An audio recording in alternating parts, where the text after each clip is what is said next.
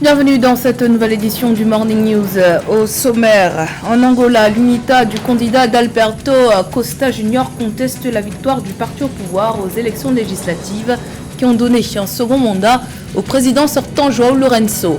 Le principal parti d'opposition a annoncé son intention de saisir la Cour constitutionnelle. Une bouffée d'air frais pour l'économie zambienne. Le pays a obtenu ce mercredi 31 août l'approbation du conseil d'administration du Fonds monétaire international pour un programme de prêt d'1,3 milliard de dollars. Programme qui vise à restaurer la stabilité macroéconomique de la Zambie. Et puis, ouverture ce jeudi 1er septembre du Forum Afrique-Caraïbes sur le commerce et l'investissement à Bridgetown, capitale de la Barbade. Rencontre organisée par le gouvernement de la Barbade et la Banque africaine d'import-export Afreximbank. Objectif, renforcer les relations entre les secteurs privés des deux régions. Mais tout d'abord, l'opposition vent debout contre le projet de révision de la Constitution en Centrafrique.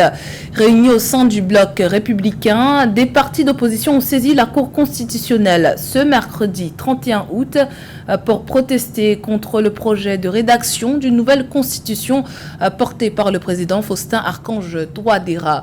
L'opposition remet notamment en cause le décret présidentiel daté du 26 août portant création d'un comité de rédaction d'une nouvelle constitution.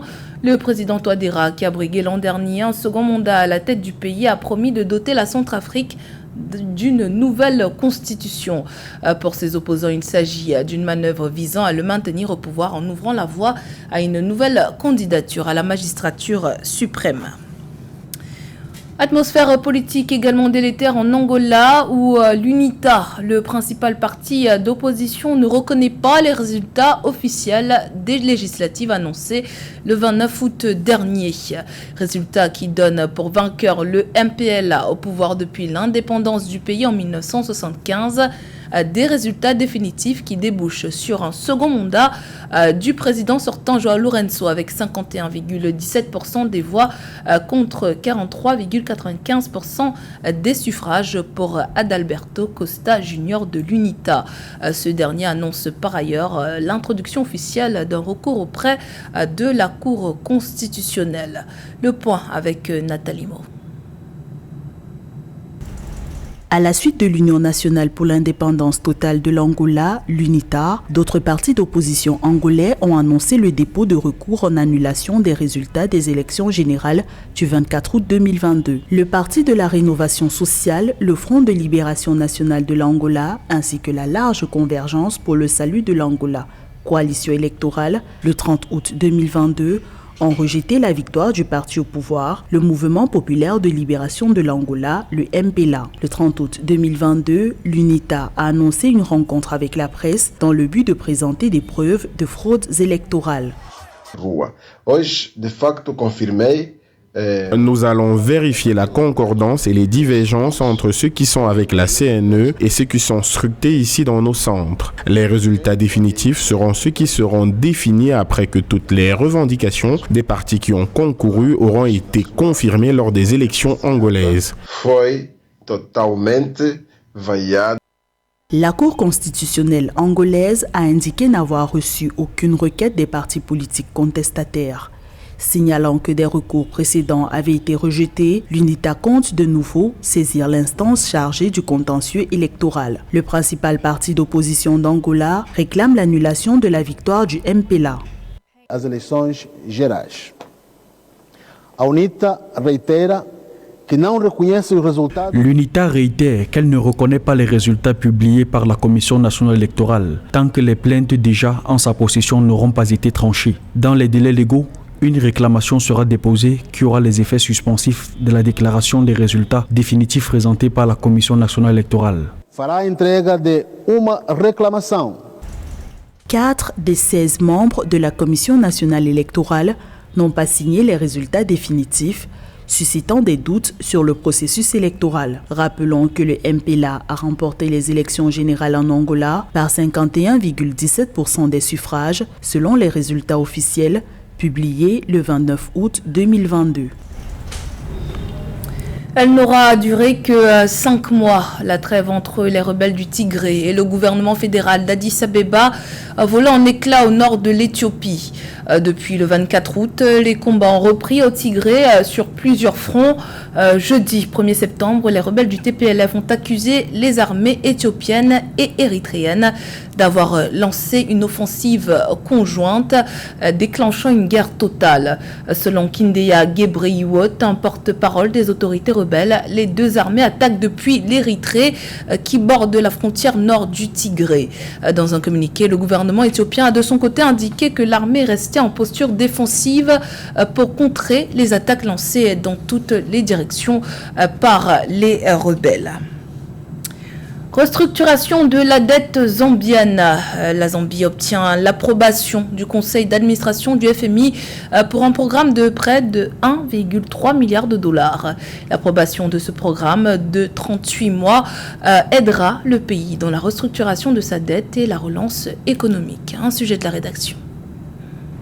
Le FMI va aider la Zambie à relancer son économie.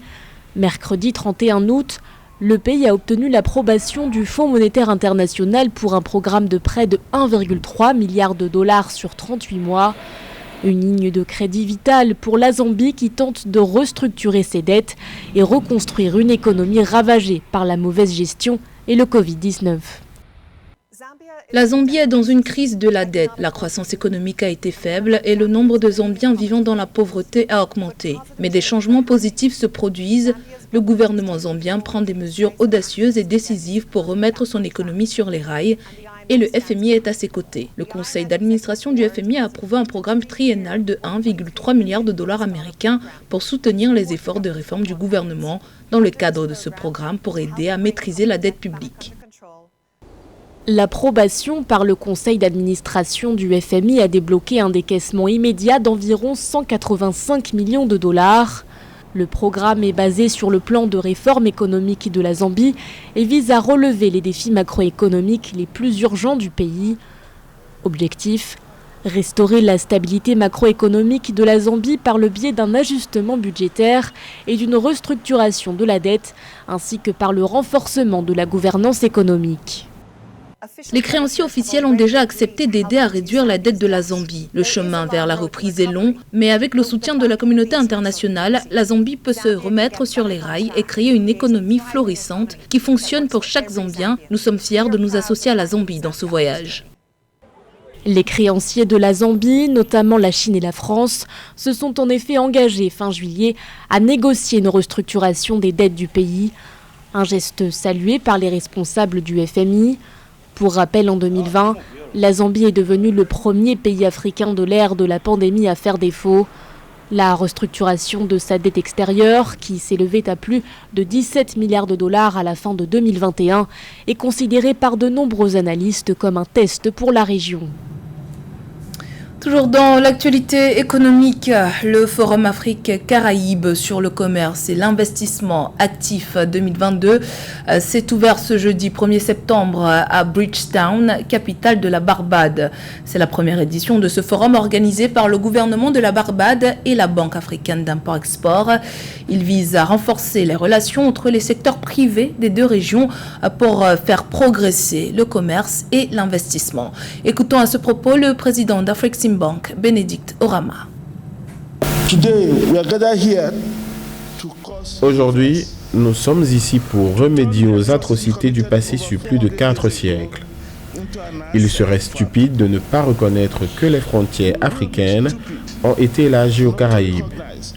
Nous serions donc responsables si nous refusions d'admettre notre origine commune et donc devions pouvoir constituer un marché commun. Afreximbank est fier de jouer un rôle central dans cet important deal. En 2017, quand nous avions lancé notre 5e plan stratégique, nous y avons incorporé la stratégie de la diaspora en définissant le thème marché africain, entendu comme le commerce entre Africains nonobstant les origines géographiques.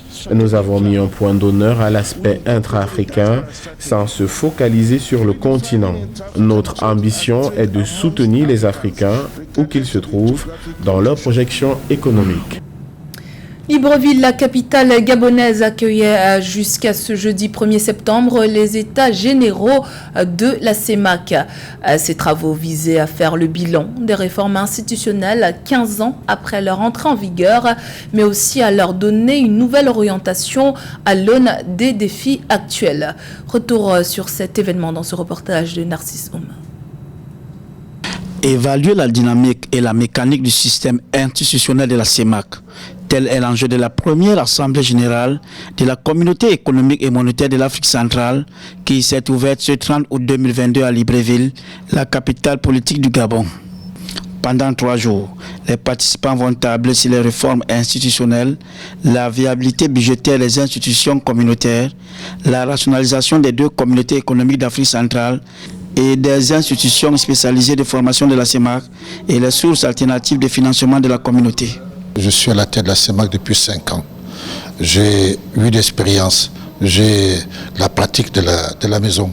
Il était tout à fait normal qu'avant mon départ, je puisse rendre cela à la communauté. C'est d'autant plus qu'il y a une réforme institutionnelle qui a eu lieu depuis plus de 15 ans. Il fallait faire table rase de cette réforme, regarder ce qui a marché, ce qui n'a pas marché, pour nous projeter dans l'avenir.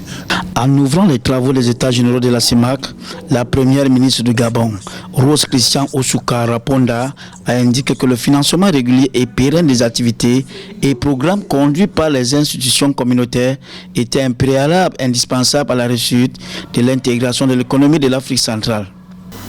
La communauté économique et monétaire d'Afrique centrale continue de se construire et aujourd'hui, il s'agit d'aller plus loin, plus en avant dans son processus d'intégration. Les représentants des États membres de la CEMAC, les acteurs du système d'intégration de la sous-région et les partenaires internes et externes de la CEMAC participent à cette assemblée. On reste au Gabon. Le pays accueillait également la Semaine africaine du climat 2022. Depuis la COP15 sur les changements climatiques à Copenhague en 2009, le Gabon a amplifié son implication sur les questions de préservation de la nature. Le pays a notamment atteint les objectifs fixés par l'accord de Paris sur le climat et est considéré comme le pays le plus neutre en carbone au monde. Afin de maintenir ce cap, le président Ali Bongo Ondimba veut à cet effet impulser d'ici 2025 le plaidoyer pour un nouveau financement des pays industrialisés vers les pays en développement d'une valeur de 700 milliards de dollars par an. Deva Panzo. Le Gabon ne veut plus être considéré comme une victime des changements climatiques, mais comme un partenaire dont le rôle pour la préservation de la nature n'est plus à démontrer. Grâce à sa stratégie climat, le pays capte 140 millions de carbone par an, ce qui fait de lui l'État le plus positif de carbone au monde. Le président Ali Bongo est lui-même personnellement impliqué sur les questions de changement climatique. Il a dit le Gabon doit faire partie de la solution. Il a dit quels sont les objectifs qu'il faut qu'on atteigne pour pouvoir faire partie de la solution. On a dit s'il faut que le monde réussisse en matière de changement climatique, il faut que le monde divise par 2 ses émissions. Et à partir de là, il nous a demandé de tout faire pour que les politiques publiques au Gabon soient conformes à cet objectif-là, qu'on divise par 2 nos émissions, comme tous les autres pays. Et c'est pour ça que notre CDN a eu cet objectif de réduction de 50% de nos émissions en matière de CO2. Le Gabon a amplifié son implication sur les questions de préservation de la nature au lendemain de la COP15 sur les changements climatiques à Copenhague en 2009. Toutefois, la première promesse de financement effectuée au cours de cette conférence des parties n'avait pas estimé les besoins réels des États africains en matière de changement climatique. Les études maintenant qui sont faites aujourd'hui disent que ce chiffre-là n'était déjà pas le bon chiffre. Et pire, il est obsolète, il est vieux, et il doit être remplacé par aujourd'hui ce qui a été publié dans les contributions déterminées des pays africains. Les pays africains tout seuls, donc qui font partie du groupe des G77 plus la Chine, donc qui englobe tous les pays en développement, mais seulement les 54 pays africains, on a estimé sur la base des contributions déterminées au niveau national que nous avons besoin plutôt de 700 milliards de dollars par an pour combler le gap et pouvoir se renforcer face au changement climatique. La voix de l'Afrique sera décisive en vue de la résolution de l'injustice climatique dont sont victimes les pays qui ne polluent qu'à hauteur de 3,8% la planète au cours de la COP27 que l'Égypte s'apprête à accueillir après l'échec de Glasgow. Deva Panzo, De Libreville au Gabon pour Africa 24. On clôture cette édition par la triste nouvelle du décès de l'écrivain Raphaël Ebanga Mbala. L'auteur de l'encyclopédie des lions indomptables a succombé à une longue maladie ce mercredi 31 août à l'hôpital Jamo de Yaoundé au Cameroun. Raphaël Ebanga Mbala était également consultant sur les antennes de la chaîne Africa 24 TV lors de la CAN 2022 au Cameroun. C'était le journal de la rédaction. Merci pour votre fidélité.